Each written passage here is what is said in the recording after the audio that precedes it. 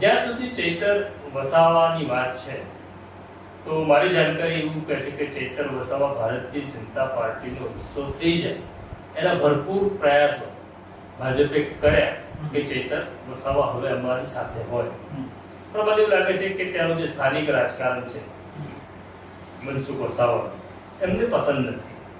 એ લોકો આ વાત સાથે સંમત નથી અથવા રાજી નથી કે ચૈતર વસાવા ભારતીય જનતા પાર્ટીમાં આવે. ચૈતર વસાવા આપણે એવું માનીએ કે એક ડેડિયાપાડા બેઠકમાંથી ચૂંટાય તો શું ફેર પડે, પરંતુ ભારતીય જનતા પાર્ટી એવું નથી માનતી. ભાજપ એવું માને છે કે તમે જો અત્યારે દુશ્મન નાનો છે એવું માની એની અવગણના કરો તો દુશ્મન ક્યારે કદાવર થઈ જાય અને ક્યારે તમે એને ન નાથી શકો એવી સ્થિતિ આવી જાય એવું પણ બને.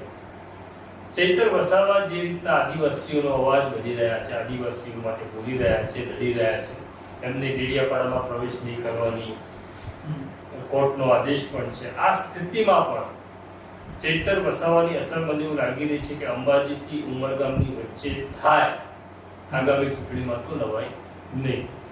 એટલા માટે હર્ષ સંઘવીને આ એક વિશેષ જવાબદારી સરકાર તરફથી, પાર્ટી તરફથી સોંપવામાં આવી છે.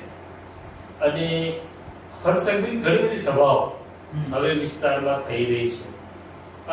નર્મદા જિલ્લાના જે પ્રમુખ છે ભારતીય જનતા પાર્ટીના નીલ રાવ, એ પણ એક યુવાન છે. એ પણ ચૈતર વસાવાની તાકાતને સમજે છે. કેવી રીતના આદિવાસીઓના મતોનું રૂપાંતરણ થાય અને કઈ રીતના ચૈતર વસાવાને આપણે પૂરો કરીએ. હું પૂરો કરીએ એવો શબ્દ વાપરું છું, એટલે રાજકીય પૂરો કરવાની વાત છે.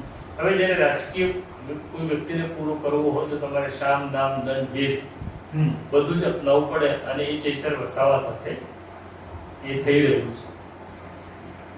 તો અત્યાર સુધી એક લાંબો ગાળો તમે જુઓ ગુજરાતના રાજકારણનો, તો આ જે આદિવાસી મતો છે એ કોંગ્રેસના હતા અને આદિવાસીઓ વિસ્તારની અંદર કોંગ્રેસનો દબદબો યથાવત હતો, જે દબદબો ભારતીય જનતા પાર્ટીએ તોડ્યો છે.